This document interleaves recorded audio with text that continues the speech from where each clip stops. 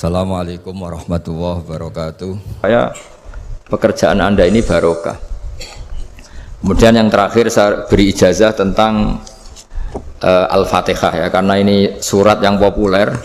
Kalau saya ijazahi Quran 30 juz pasti sampean nggak hafal. Atau ijazah surat Baqarah. Kalau mau Baqarah mau. Ijazahi surat Baqarah mau 2 juz setengah. Mau Mas Asep? Ya Fatihah aja yang gampang ya. Nah, ya kulhu Fatihah ini paket ringan ini. Tapi pahalanya apa? Besar. Ini beda ya, artinya selama ini mungkin Anda baca tapi monoton ya. Tapi ini saya bacakan teks aslinya tentang istilahnya itu mazaya itu kelebihannya Fatihah.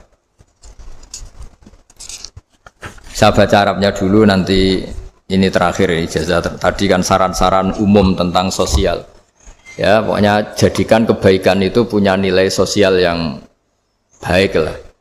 Jadi nanti orang yang nggak amanah nggak laku ya, calon bupati, gubernur, presiden yang nggak amanah juga nggak laku. Begitu juga kiai yang tidak amanah juga nggak laku, suami yang nggak amanah juga nggak laku, istri yang nggak amanah juga. Sehingga kebaikan ini jadi nilai sosial yang dalam tanda kutip sudah keniscayaan ya. Yang diinginkan Allah itu seperti itu, bukan kebaikan yang dipaksakan karena kekuatan negara. Maksudnya kalau bisa kebaikan itu tidak usah dipaksakan, memang satu apa ya, sudah satu kebutuhan.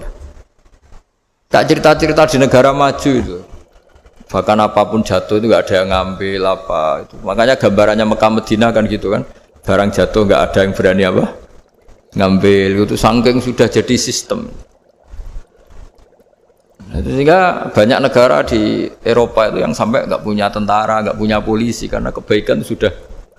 Nah kita kan masih capek, polisinya aja capek apalagi masyarakatnya, karena ya apa ya, kebaikan itu belum jadi nilai apa bersama. Nah, kita selain ditopang negara, ada polisi, ada tentara, itu kita usahakan kebaikan itu jadi nilai apa bersama. Tadi wa'tamiru bainakum bima'ruf. Dan kita punya reputasi yang bagus dalam bab ini.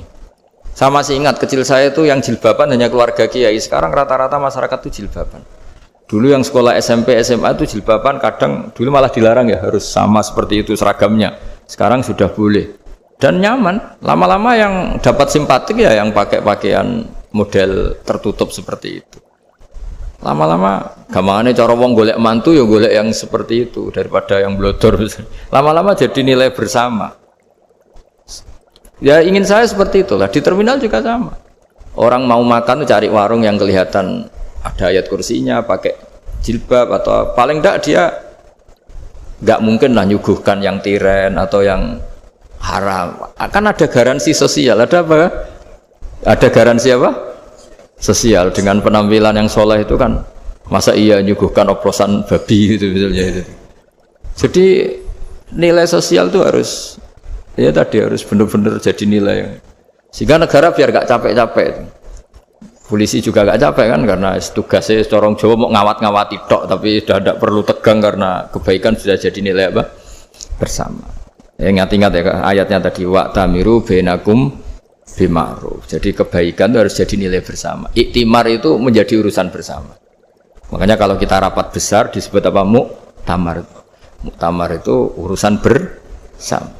Ya tadi imamnya sholat juga menopang Gojek karena nggak lama-lama nopang Grab, nopang Kernet, nopang penjaga Indomaret, penjaga bensin, pom bensin. Lah dia hanya punya waktu 5 menit terus imamnya baca Baqarah kan. Iya imamnya mursyid, mungkin dia tambah lama tambah dapat aplaus dari muhibbinnya, tapi makmumnya dia tambah lama tambah dapat penghormatan dari pecintanya, tapi kitanya wah khusyuk wali kan, dia dapat status naik lah. Kita yang sudah tidak ikut jadi wali diganggu apa pekerjaannya. Kalau ada imam seperti itu sampai mufaroqah saja, niat ya Allah sampai sini saja saya makmum orang itu, silakan orang itu punya urusan sendiri dengan jenengan ya sudah, atau salib saja apa. Nah, itu boleh kalau dalam fikih namanya apa? Mufaroqah. Mufaroqah itu niat. Tapi kamu jangan langsung selonong mufaroqah, niat dulu. Pamit sama Allah bahwa sekarang mau mufaroqah. Tapi ya jadi sholat yang aneh kan, imamnya masih rukuk, kamu terus sujud, terus apa-apa selesai ya. Mungkin dalam pandangan itu orang lain ini maksudnya makmum gimana ini kok begini. Tapi sudahlah Allah Maha tahu. Insya Allah dimaklumi. Ya saya baca tentang Fatihah ya, karena sampean pasti sering baca Fatihah. Supaya apa sekaligus jadi jimat lah gitu. Jadi kalau kamu sering di jalan-jalan yang mungkin sepi atau mungkin kan tidak semua teman Grab itu nasibnya bagus yang di Semarang Jogja. Mungkin yang di Kalimantan di Papua kan ada yang 10 kilo gak ketemu rumah, ya kan? Ya lihat di TV itu kan kasihan kan. Udah 10 kilo gak ketemu rumah, penumpangnya kewekar preman tuh kan. Ini makan orang enggak kan gitu. Kan ujiannya dua. Kalau penumpangnya cantik itu ya kecoba syahwat, kalau preman takut. Jadi orang itu selalu ujian itu. Sing sedengan itu kan jarang orang itu. Jadi kalau penumpangnya perempuan cantik ujiannya itu syahwat, kalau preman ujiannya ketakutan. Kalau orang yang lemah bawa uang ujiannya kamu ingin garong. Jadi hidup itu memang semuanya ujian. Liyabluwakum ayyukum ahsanu amala.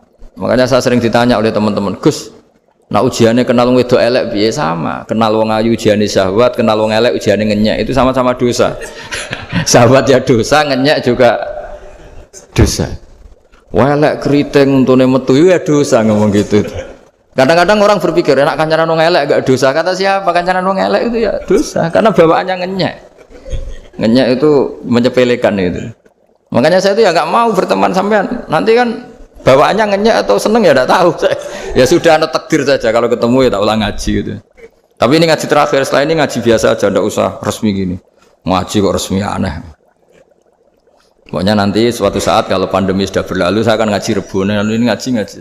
Ini ngaji yang kurang bagus karena ngatur kiai kurang berkah ini. Nanti tapi ya lumayan lah masih mau ngaji. Ngaji kok tanggal ini jam ini.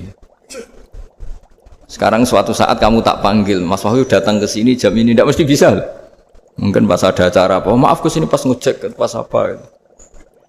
Jadi ya sudah tapi tak maafkan enggak apa-apa. Takdir ya. Tak bacakan supaya sampean tahu keramatnya bismillah. Nah, sebelum saya bacakan bismillah Fatihah tak beritahu tentang ilmu tafsirnya karena ini penting sekali.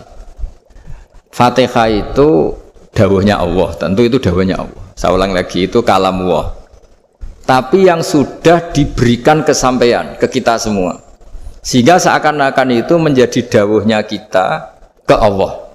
Jangan salah loh ya. Fatihah itu dawuh Allah tapi sudah diberikan ke kita. Sehingga posisi kita itu yang punya itu.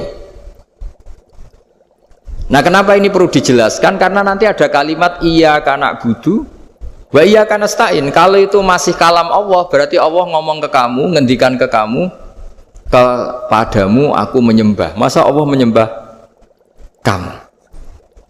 Nah, sehingga ilmu tafsir itu menyelesaikan itu dulu ya. Saya ulang lagi ya, sebelum sampean sering baca Fatihah, aku yakin ya sering baca. Tapi barokahnya tidak paham itu tidak pernah janggal. Enggak paham itu ya penting supaya tidak iskal, tidak janggal. Sebetulnya di kalimat itu ada yang janggal. Kalau Fatihah itu kalimatnya Allah atau kalam Allah, bagaimana dengan kata-kata iyyaka na'budu? Masa Allah ngendikan ke kita, kepadamu kami menyembah. Masa Allah menyembah kita? Maka penyelesaiannya secara ilmu tafsir gimana? Semua ulama mengatakan, bukan satu dua, semuanya mengatakan di Fatihah itu semuanya diberi kawalan kalimat. Saya ulang lagi ya, di Fatihah itu semuanya diberi awalan kalimat qulu, katakan wahai hambaku begini. Ya, katakan wahai hambaku begini. Nah, begini ini pelajaran dari Allah yang sudah diberikan ke kita. Terus kita mengatakan bismillahirrahmanirrahim, alhamdulillahirabbil, termasuk kita mengatakan iyyaka na'budu wa iyyaka nasta'in.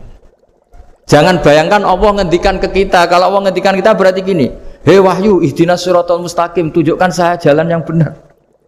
Nah nanti kamu terus, ya Allah Anda aja minta tolong saya minta tolong siapa kan, jadi panjang kan. Ya saya ulang lagi ya, jadi itu di Ulumul Quran diterangkan gimana sebelum baca Fatihah ya. Fatihah itu kalamullah, ngendikannya Allah, tapi yang sudah diajarkan ke kita dan sudah milik kita, sehingga kalimat itu menjadi milik kita. Tapi ya kalamullah, tetap kalamullah, tapi sudah menjadi milik kita. Udah paham ya? Ya pinter nah. Ya, karena kalau tanpa penjelasan seperti ini Anda akan iskal. Bagaimana Allah, iskal itu janggal, bagaimana Allah mengatakan iya anak budu. Kan jadi aneh ya? Ya, jadi tak jelaskan secara ilmiah ya. Jadi kata ulama-ulama tafsir, ayat-ayat Quran seperti ini sebetulnya dimulai dari kulu apa? Meskipun enggak dilafatkan. Itu kan sama dengan qul huwallahu ahad Muhammad. Katakan kalau Tuhan itu satu. Ya namanya Quran itu kan kalam Allah membina nabinya, membina umatnya. Makanya dikatakan atau enggak, di sini tersembunyi kata qulu, katakan. Ya. Jadi ya ibarat apa itu? Kamu ngajari anak kamu lah. Le, panggil jenengan bapak kulo. Itu maksudnya anak itu kalimat itu kalimat kamu, tapi kamu ajarkan ke anak kamu. Terus anak kamu bilang, Pak jenengan bapak kulo. Nah, ketika kamu mengatakan jenengan bukan kamu mengatakan jenengan anakku, berarti anakmu itu bapakmu, kan lucu kan? Anak kamu ajari jenengan bapak kulo. Kamu engkau bapak saya. Terus anak kamu mengulang jenengan atau kamu bapak saya. Berarti itu kalimat yang kamu ajarkan, tapi sekarang sudah milik anak kamu. Kalau itu kalimat kamu kan lucu, masa anak kamu bilang bapak. Nah itu seperti itu. Jadi ulama memberi solusi atau jawaban iya karena abudu.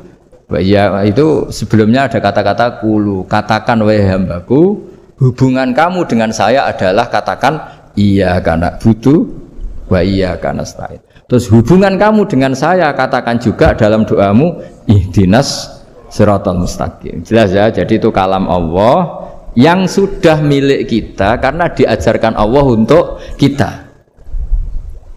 Dong ya? Nah, ya dong, gak jelas ya. Tapi bagus, gak jelas itu bagus. Kalau kamu jelas gak jadi digrab.